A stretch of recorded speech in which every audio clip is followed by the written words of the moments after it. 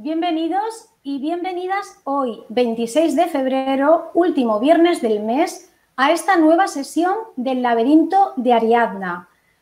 Esta tarde, nuestra sala virtual acoge la segunda entrega del ciclo Ciudades Literarias, que hoy se va a trasladar a París.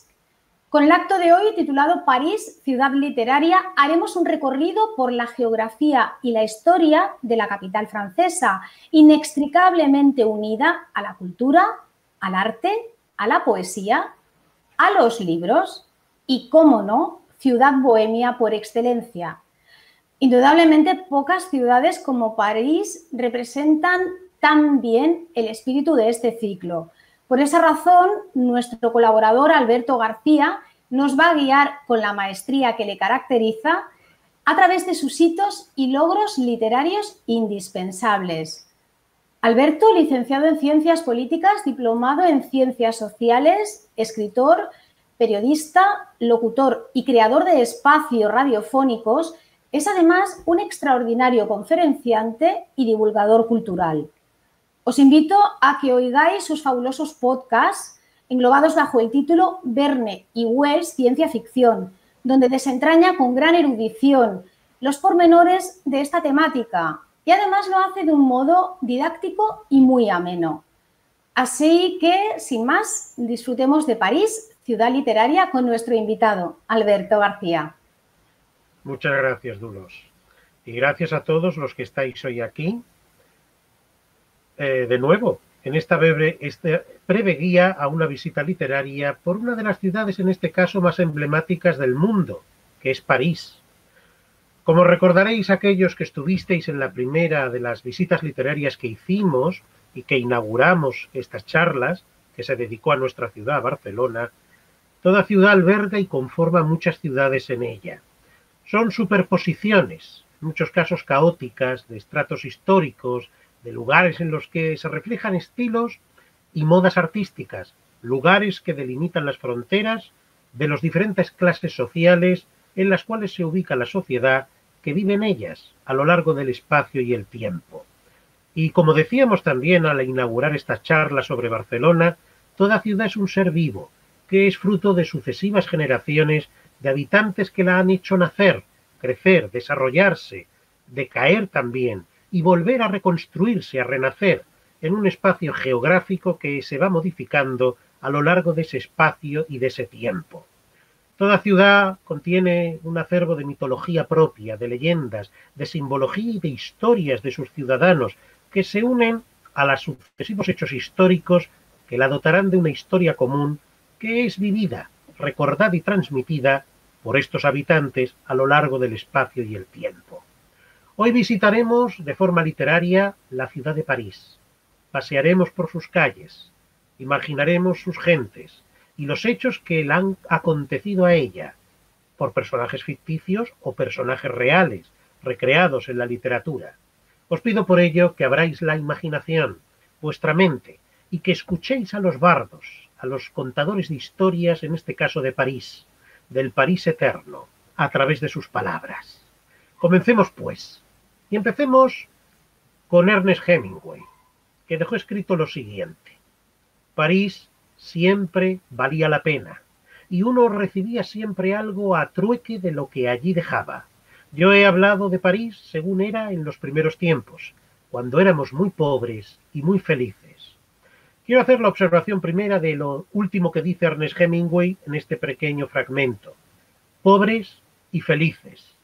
Y es que en el caso de París, la idea de la masa, de la ciudadanía, que vive en una ciudad que es esplendorosa, maravillosa, que contiene una riqueza tanto material como de otro tipo, artística, literaria, de acervo científico, es increíble, pero también es cierto que, como en todas las ciudades o en todos los grupos humanos, también convive con ella, cohabita también la pobreza, pero todo ello está amalgamado por el amor a esa ciudad por parte de sus habitantes y también por el intento de ser felices. La París en la que nosotros vamos ahora primero ver es el París medieval, los inicios de ese París. Un París que es pequeño, muy pequeño, Un París que se concentra en lo que nosotros llamamos hoy en día la cité, la ciudad, una pequeña isla en el Sena, en lo que hoy en día está estructurado todos los monumentos más antiguos de la ciudad y entre ellos, como no, uno de los más importantes, que es Nuestra Señora de París, Notre Dame de París. ¿Por qué empiezo por la Cité?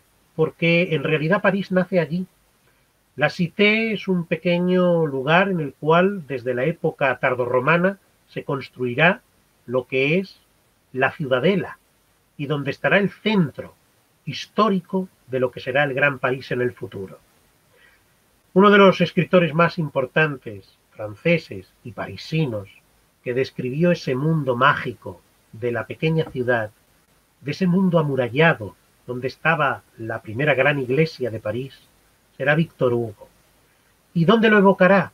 Pues en Nuestra Señora de París, una de las novelas más interesantes de Víctor Hugo.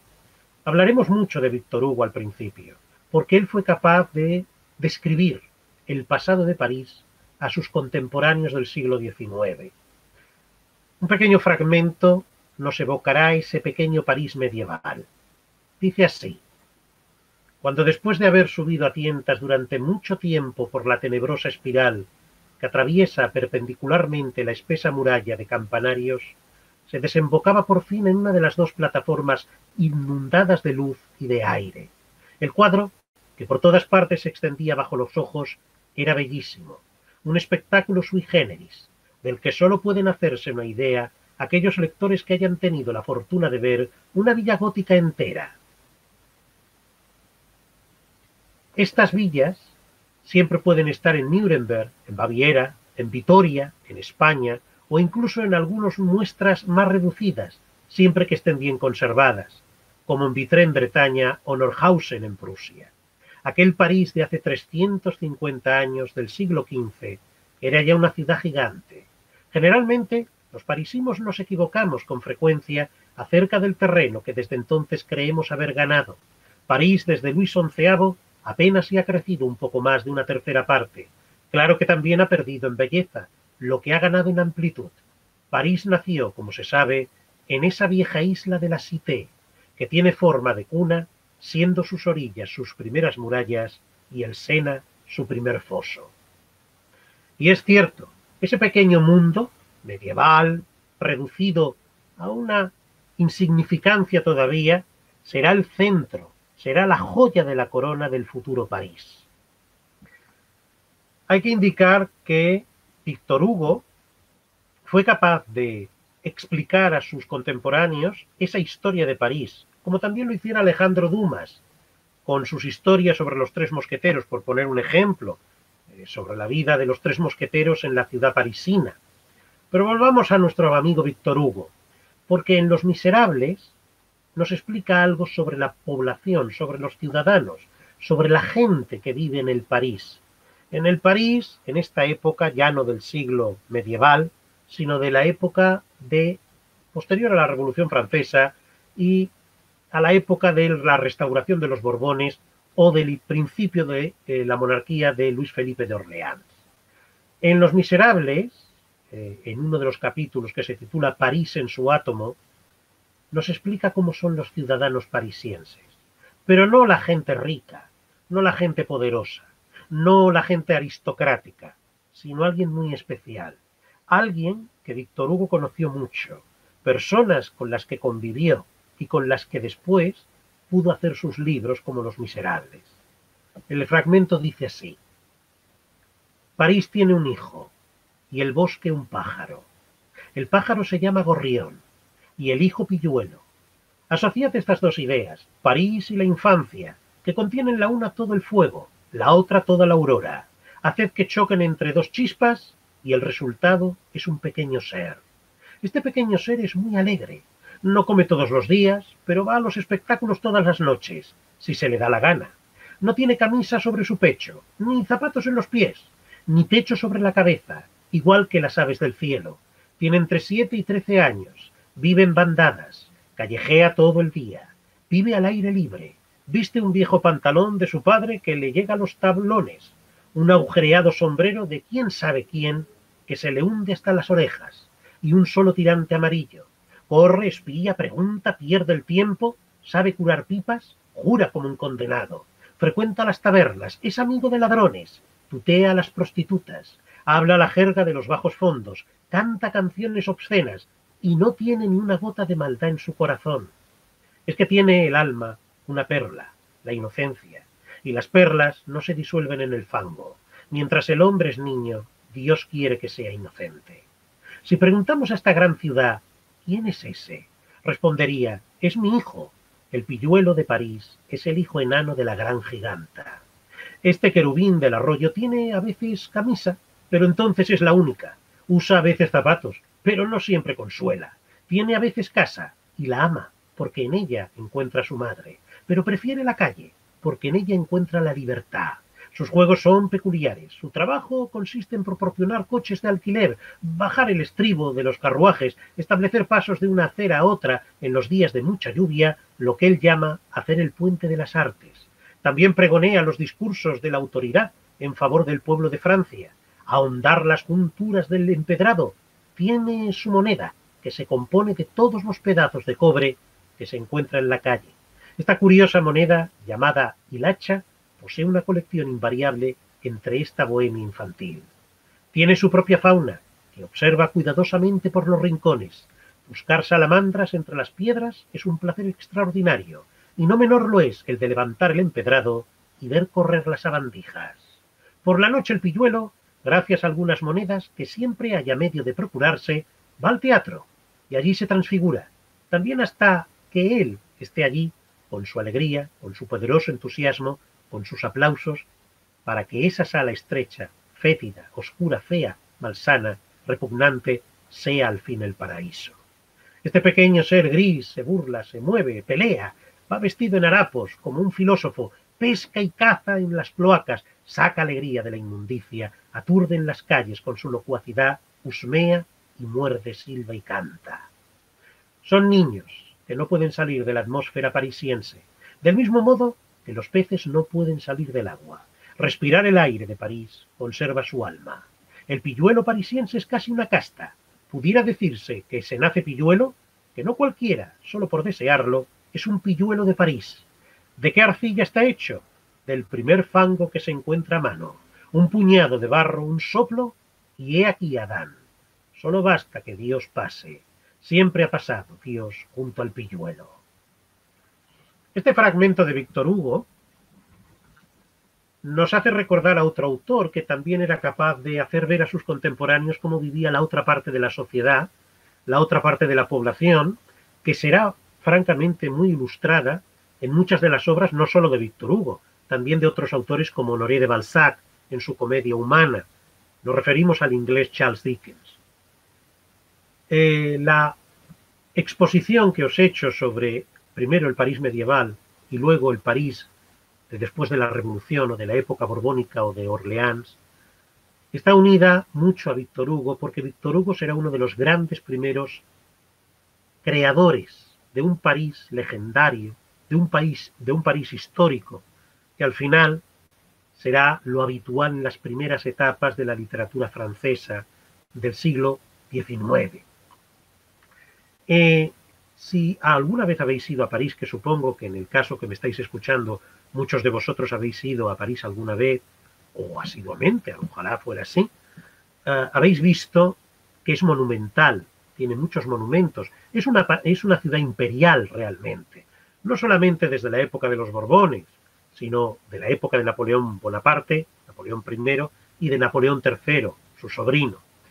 Hay una serie de elementos, de edificios que están ligados a los autores, a los escritores, a los poetas en París. Por ejemplo, el Instituto de Francia. Es un monumental edificio que recomiendo siempre, erigido en el siglo XVII, que tiene algo importantísimo. Agrupa una de las principales instituciones francesas, la Academia de Francia, un equivalente a la Real Academia Española de la Lengua, o el Instituto Ramon Llull en el caso de la lengua catalana. Es un conjunto arquitectónico que tiene alojado también una cosa importantísima, la Biblioteca Mazarina, del cardenal Mazarino, una inmensa biblioteca que tiene cientos de miles de volúmenes. Y también tiene el Museo de Cartas y Manuscritos. Por eso lo digo, porque en este pequeño museo, que es único en toda Europa, hay todo tipo de cartas y manuscritos de escritores, políticos, científicos, artistas y personajes históricos varios. Otro autor que será un enamorado de París del siglo XIX será Guy de Maupassant. De los muchos relatos breves de Guy de Maupassant, que era muy tétrico y tenebroso en muchos casos, hay una novela que retrata el París de su época, y es Bel Ami. Bel Ami nos cuenta una historia de un hombre llamado Georges Duroy, un soldado del ejército de Francia que regresará de la colonia de Argelia a París y que es un hombre pobre. Sin embargo, a diferencia de los pilluelos que hemos visto antes en el breve fragmento de Víctor Hugo, Georges Duroy, Bel Ami, que es como le llaman sus amigos, decidirá que para él, como es agraciado y bello, y además tiene cierta inteligencia, París es el lugar perfecto para prosperar, para llevar una vida no solamente de bon vivant, sino intentar medrar, conseguir algo. Y así Guy de Maupassant nos describe el ascenso de su amigo Bel Ami, de este personaje que ha creado, desde los humildes comienzos hasta llegar, si leéis la novela, a una situación muy interesante. Tendrá amantes, tendrá amigos que le ayudarán, incluso esposas, y también incluso llegará a tener relaciones con la aristocracia imperial. Lo importante de la obra de Guy de Maupassant y de Bel Ami es que nos describe el París de la alta sociedad, en este caso, y de los intentos de un hombre que no tiene nada para llegar a ella. Alternativamente a Guy de Maupassant hay otro autor que describe el París duro, salvaje, cruel, y es Charles de Baudelaire. En sus obras poéticas, pero también en una recopilación de escritos que llevan por título El spleen de París. Si lo habéis leído, esta recopilación de 50 piezas nos hace una descripción de París. Un París en prosa, en este caso, no como otras de las obras que hizo Baudelaire en poema. Y aquí Baudelaire nos describe un París duro, solitario, angustioso, terrible, donde Baudelaire también nos presenta a personajes terribles y a seres que caminan con esos personajes terribles, como por ejemplo la muerte, la enfermedad, la pobreza. No lo sé. ¿Perdón?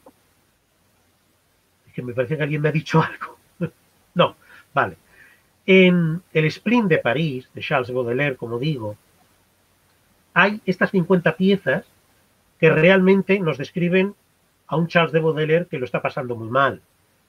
Como muchos de los poetas y de los escritores que no eran laureados como Víctor Hugo, que no eran laureados como Balzac, y que eran más como nuestro amigo Guy de Maupassant, que como ya sabréis aquellos que habéis leído la biografía de él, Maupassant acabó muy mal, al final tuvo problemas serios mentales, y esto debido a la mala vida que llevó, sobre todo a nivel sentimental, que le acarrearon al final tener que ser ingresado en un centro psiquiátrico de la época. En el caso de Baudelaire, en el spleen, nos describe ese otro París, esa otra cara del París magnificente, monumental, imperial, que convivía con la dureza, la crudeza y el salvajismo de la época en que les tocó vivir. Quien haya estado en París habrá visto o se habrá dado cuenta que en los puentes de París, en unos puentes concretos de París, hay vendedores de libros, de postales y de pequeños objetos antiguos. Son los llamados bouquinistes. Estos vendedores de piezas antiguas están a lo largo del río Sena. Y es interesante hacerlos hincapié en esta pequeña exposición literaria porque ellos mantienen el antiguo París para las nuevas generaciones, porque con sus fotos antiguas, con sus recuerdos antiguos, la gente todavía puede encontrar el París que ya no existe, el París no solo del siglo XIX, que habrá piezas del siglo XIX, pero sobre todo de los años 20, los años 30 y los años 40, que es donde también el París tiene una edad dorada. Quien haya estado en París también y haya hecho pues un viaje por la ciudad, habrá visto que cerca de la Catedral de Nuestra Señora de París, de Notre Dame, se encuentra una librería. Hay muchas librerías de viejo en París, pero yo solamente haré mención de una, por si algún día, cuando todo acabe en cuanto a la pandemia, podamos volver a las grandes ciudades en plan turístico, os acordéis, si queréis, de esta pequeña anécdota. En la calle Boucherie se encuentra una pequeña librería que se llama Shakespeare & Company. Es muy pequeñita y fue fundada por el nieto de un escritor norteamericano, por Walt Whitman, el nieto de Walt Whitman. Y estaba regentada, ya no está porque la mujer ya murió, por una escritora que se llamaba Sylvia Beach. Es importante el nombre de Sylvia Beach, porque fue la primera editora del Ulises de James Joyce. Es la primera mujer que apostó, la primera editora que apostó por la obra de James Joyce. Como os digo, esta librería está cerca de Notre Dame de París. No tiene pérdida alguna. Donde está la catedral, está esta librería. Otro monumento, o en este caso un museo que os recomiendo, es el Museo Carnavalet. Es el museo en realidad de historia de París.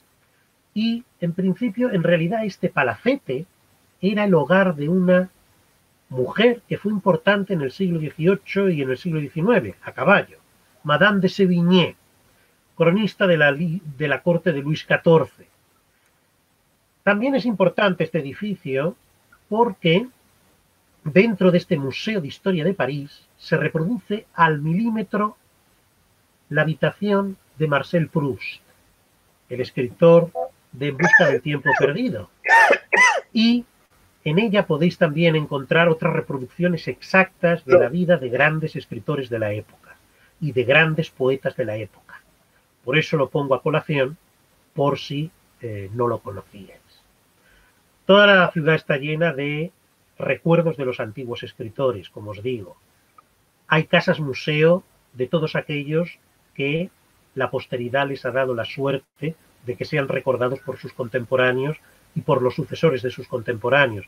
Es decir, podéis ver la casa de Víctor Hugo en el barrio de Marais, en la plaza des Vosges, podéis ver la casa de Balzac en el barrio de Passy, y también en el Museo de la Vida Romántica, que es como se denomina este museo, hay mucha información, muchos recuerdos de otra gran escritora de la época, que fue George Sand. Pero también en los palacetes, como el Hotel Central, en el Hotel de Luzon, hay también recuerdos y escenificaciones de otros autores como Baudelaire, como Henry Miller y Anaïs Nin, o como George Orwell, que os recuerdo que estuvo en París como vagabundo y que, tras ello, escribió un interesante libro titulado En París y Londres sin Blanca.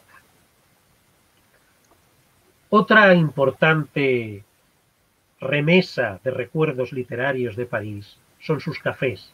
De hecho, en realidad los cafés de París son parada obligada no solo para el turista que desea conocer la presencia literaria de personajes importantes en el mundo de la literatura, sino también porque tienen recuerdos directos de esos personajes. Hay multitud.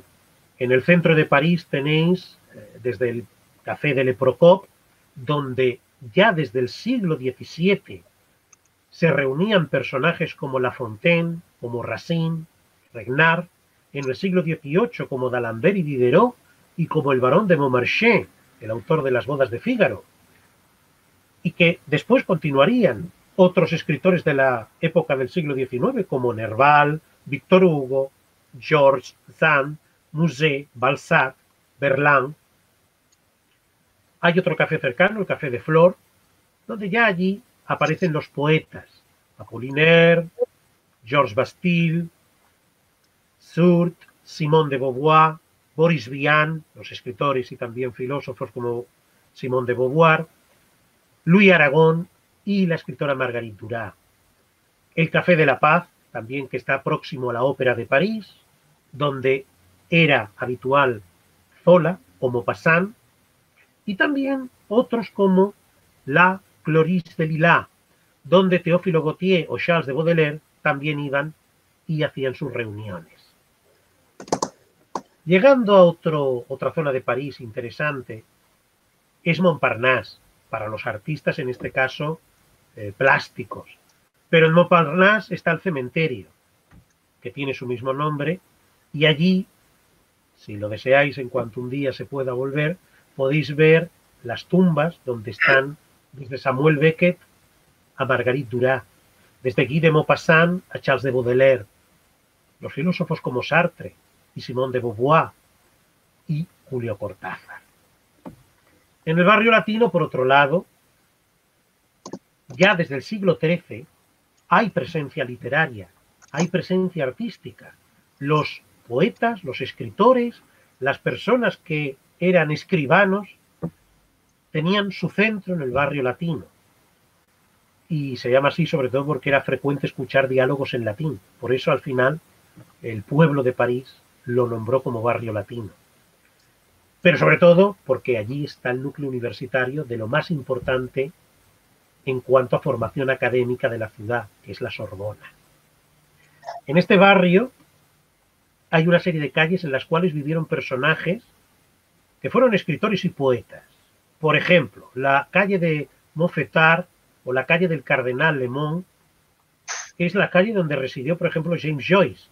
De nuevo, hay que indicar que fue James Joyce aquí donde acabó de corregir su Ulises, en esa calle, en esa vivienda donde vivía, en la calle del Cardenal Limón, y tras ello fue a ver a la editora que, como os decía, regentó la librería Shakespeare & Company.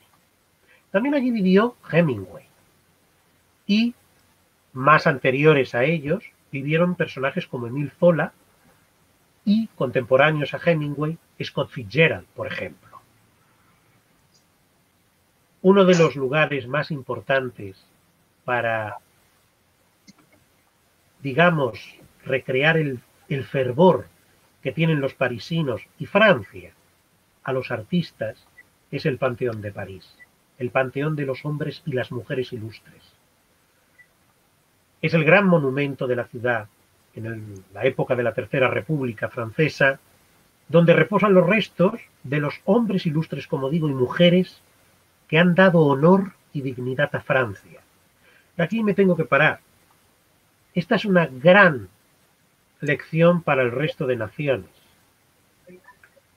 El templo dedicado a estos hombres, escritores, artistas, poetas, también políticos, es una cosa que deberían otras naciones de también reivindicar y recrear, porque es, digamos, el homenaje que hace el pueblo a aquellos que han legado algo para la nación. Se inauguró con los restos ¿de quién? Pues de Víctor Hugo, con quien hemos comenzado esta breve exposición. Pero dentro de ese templo están los restos de Voltaire, de Rousseau, de científicas como Marie Curie, de Jean Monnet, el creador de lo que será la Comunidad Económica Europea, de Alejandro Dumas, padre. Pero yo me quiero sobre todo recordar de uno que a mí me impactó mucho, de un hombre sencillo que fue trasladado a ese panteón con todos los honores y que bien merece evidentemente ese honor, que es Louis Braille. Este hombre, este sacerdote, fue el creador del sistema Braille que lleva su nombre para la lectura de las personas invidentes.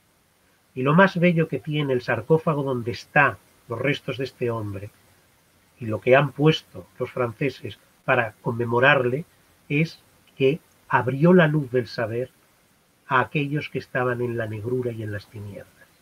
Y es verdad, de todos los que hay, Louis Braille se lo merece. Saliendo de lo que sería el templo, el Panteón de París, y yendo por el río Sena, vamos a otro barrio, a Saint-Germain-des-Prés. Pero este es un barrio que ya nos traslada no al siglo XIX, sino allá después de la Segunda Guerra Mundial, a lo que sería la década de los años 50. En este barrio vivieron personajes tan eclécticos como Boris Vian, el escritor, y también otros como Antoine de Saint-Exupéry, el creador del Principito. Tras ello podremos también caminar y llegar al cementerio de Père-Lachaise, que como antes os he dicho en el caso de Montparnasse, en Père-Lachaise están los restos de otros autores como Balzac, como Apollinaire, como Marcel Camus, como Gerard de Nerval, como Oscar Wilde o como Marcel Proust. Y no puedo evitar hacer una mención a algo importantísimo también en la ciudad, aparte de monumentos y museos como el Louvre, la Biblioteca Nacional de Francia. La Biblioteca Nacional de Francia, que acabó de construirse en 1996, es el templo del saber de la ciudad. Hay millones de volúmenes, archivo histórico, se puede visitar. Yo estuve y tuve el privilegio de que me enseñaran el interior y he de decir que es la joya de la corona realmente, junto con el Louvre, de París. Volviendo a nuestro amigo Ernest Hemingway, hay un libro de este autor que nos viene a colación para hablar sobre el París de su época, que vio él, de los años 20, la década de los años 20, tras la Primera Guerra Mundial. París era una fiesta. Aquí Hemingway nos explica el diario en realidad de un hombre y de un escritor. Y en él, quien no lo haya leído lo recomiendo, verá cómo desfilan personajes como Ezra Pound, Scott Fitzgerald, Fox Mather, Gertrude Stein. Y no se puede entender la época de los alegres años 20 sin leer París era una fiesta. Porque en ella nos describe ese París que desea vivir después de la hecatombe, del desastre, de la pérdida de cientos de miles de personas en las trincheras de la Primera Guerra Mundial. Sí, Francia había ganado la guerra, pero a un precio muy grande. Toda una generación había muerto en el barro de las trincheras. Nos dice Hemingway en este pequeño fragmento: París era una muy vieja ciudad y nosotros éramos jóvenes, y allí nada era sencillo, ni siquiera el ser pobre, ni el dinero ganado de pronto, ni la luz de la luna, ni el bien ni el mal, ni la respiración de una persona tendida a mi lado bajo la luz de la luna. Otro autor quedará encandilado, atraído como una luciérnaga, como una polilla, a la luz de París, será Henry Miller. Un libro fundamental también para ver el París de su época es Trópico de Cáncer. Es una relación de la vida de un bohemio, de un artista, de un escritor.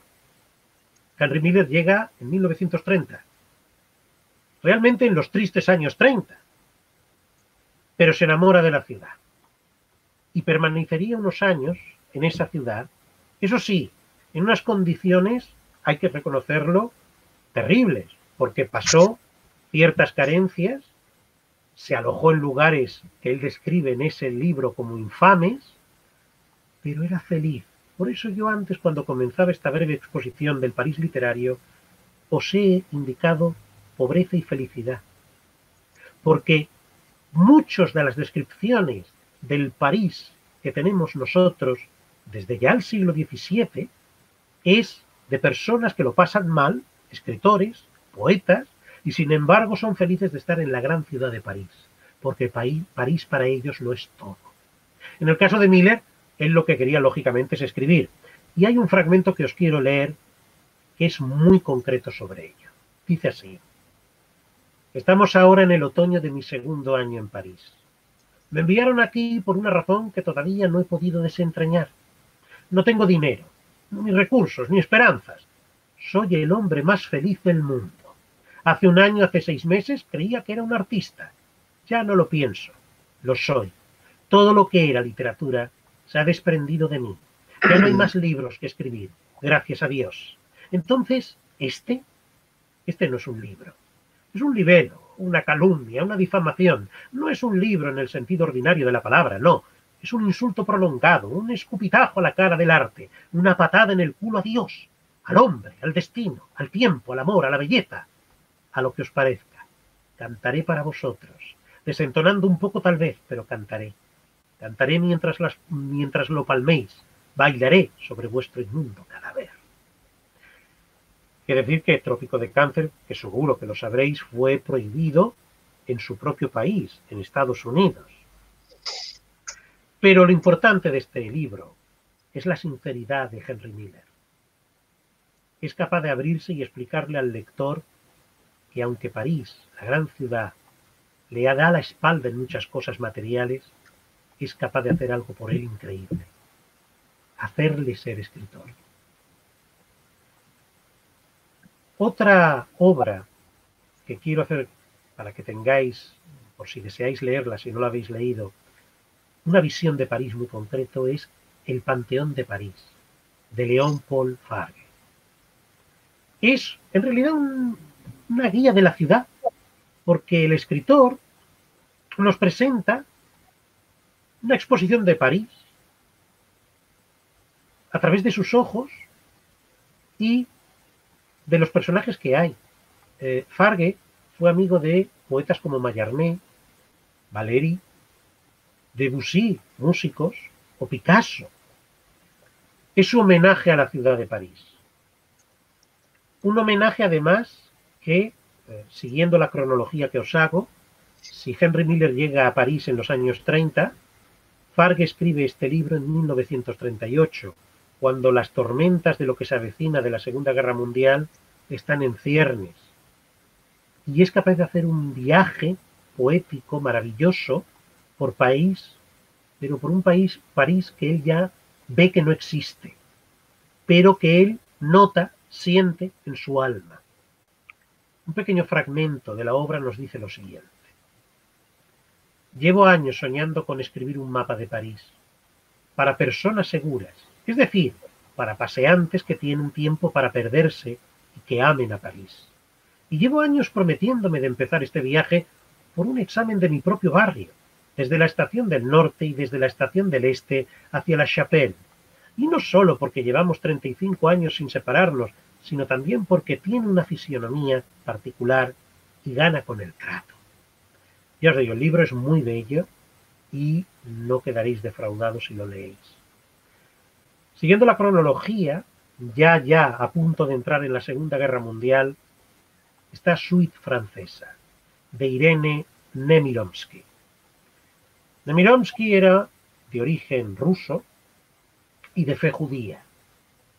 Y claro, evidentemente, como vosotros ya entenderéis, en el año 39, en las puertas, en septiembre estallaría la guerra, en el París que sabe que la guerra es una realidad, esta mujer es capaz de escribir una novela que estuvo escondida durante años en una maleta, hasta que las hijas de esta persona la encontraron. Porque Nemirovsky fue deportada a Alemania, al Tercer Reich, y de allí la llevaron al campo de concentración de Auschwitz, donde la mataron. Tiene dos partes esta novela, una en la que cuenta su huida. Por cierto, no solo le pasó a Nemirovsky, también le pasó a otros autores en esa época que tuvieron que huir cuando sabían que los nazis venían.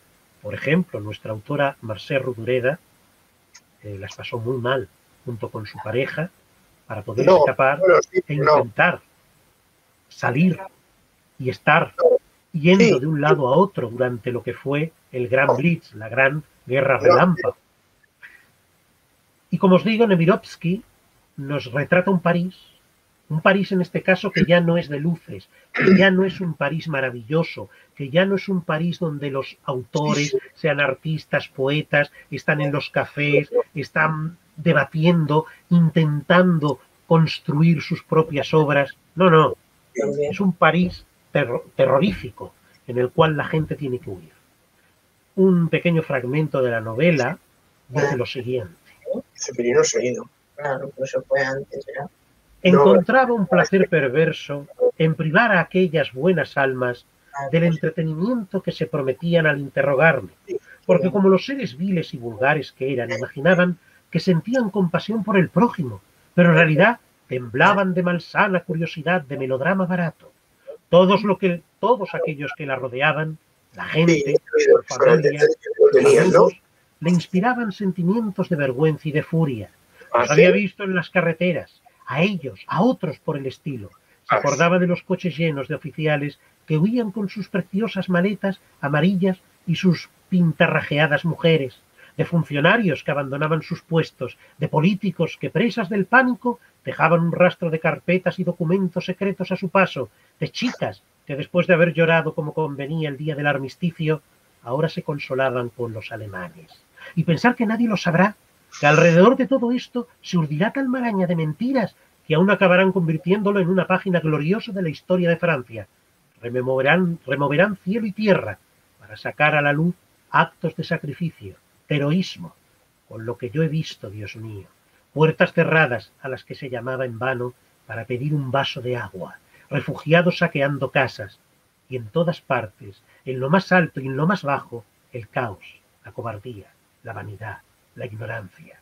¡Ah, qué grandes somos! Junto con Nemirovsky, hay otro autor de la misma época que describe otro París. Es el Club de los Optimistas Incorregibles, de Jean-Michel Guénasia.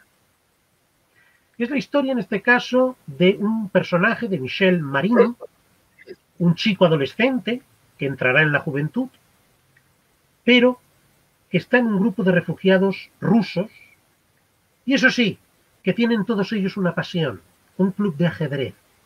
Allí se reunirán para jugar al ajedrez, y cada uno de ellos tiene un pasado que irán contando o se irá descubriendo.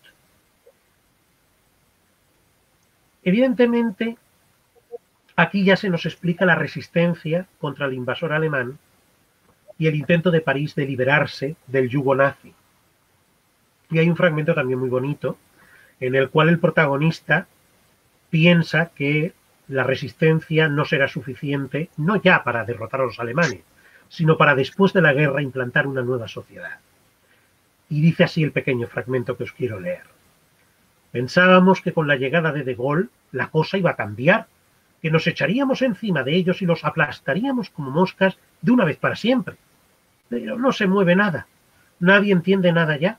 Podrás hacerte una idea del grado de decrepitud al que he llegado cuando sepas que me paso los días y parte de las noches jugando a la velote con los 3 tíos que me parecían subnormales hace 6 meses y que ahora son mis mejores amigos. He decidido probar en ellos los fundamentos principales del sanjustismo.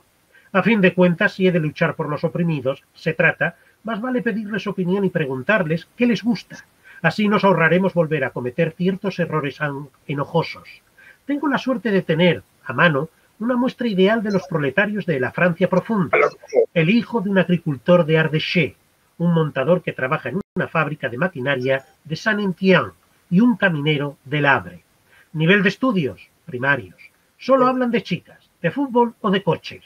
Lo que más les preocupa es terminar y hacer ciertas cosas. La política les importa un carajo. Y llegamos a la posguerra. Bueno, a la posguerra y a los años ya que ya se acercan a nosotros. Uno de los autores hispanoamericanos más importantes es Julio Cortázar y su enamoramiento por París. Ya sabéis que Cortázar vivió muchísimos años en la capital francesa y que no solo se enamoró de ella, sino que podemos decir que era un parisiense de cabo a rabo. Una de las novelas más importantes del autor es Rayuela. Y cómo no, Rayuela tiene mucho de París. Porque París es tratado por Cortázar en esta obra como un ser vivo, como lo son todas las ciudades en realidad. Y por tanto, en la obra, aparte de que utiliza París como enorme metáfora, nos expone las aventuras en París del personaje, los personajes, y sobre todo nos indica que París es para él la capacidad de ser libre. Es capaz de crear en la novela o en la antinovela, como muchos críticos también la consideran, un París ecléctico, curioso. Y además, en este pequeño fragmento, ya nos describe el París que para él es primordial, veterano. Dice así: y era tan natural cruzar la calle, subir los peldaños del puente, entrar en su delgada cintura y acercarme a la maga, que sonreía sin sorpresa, convencida como yo de que un encuentro casual era lo menos casual de nuestras vidas, y que la gente que se da citas precisas en la misma es la misma que necesita papel rayado para escribirse o que aprieta desde abajo el tubo de dentrífico. Y bien, damos por hoy, en esta breve exposición, el cierre a París. Espero y deseo que los autores que brevemente he expuesto, he dejado muchos, porque evidentemente no podemos hacer una exposición de todos los grandes autores y todos los autores existentes hoy en día también contemporáneos, os sirva para saber más sobre la ciudad, por conocerla más y sobre todo por querer amarla más, porque supongo que amar a París es amar a la literatura y a la poesía y a las bellas artes. Nos hemos dejado también a los artistas plásticos, pero creo que en este caso he querido hacer un homenaje a la palabra. Gracias por vuestra atención y hasta la próxima visita literaria a otra futura ciudad. Muchas gracias, Alberto, por tu presencia. Ha sido, como siempre, un placer tenerte con nosotros y hasta muy pronto en la próxima Ciudad Literaria. Muchas gracias a vosotros. Gracias, Dolors. Gracias. Gracias.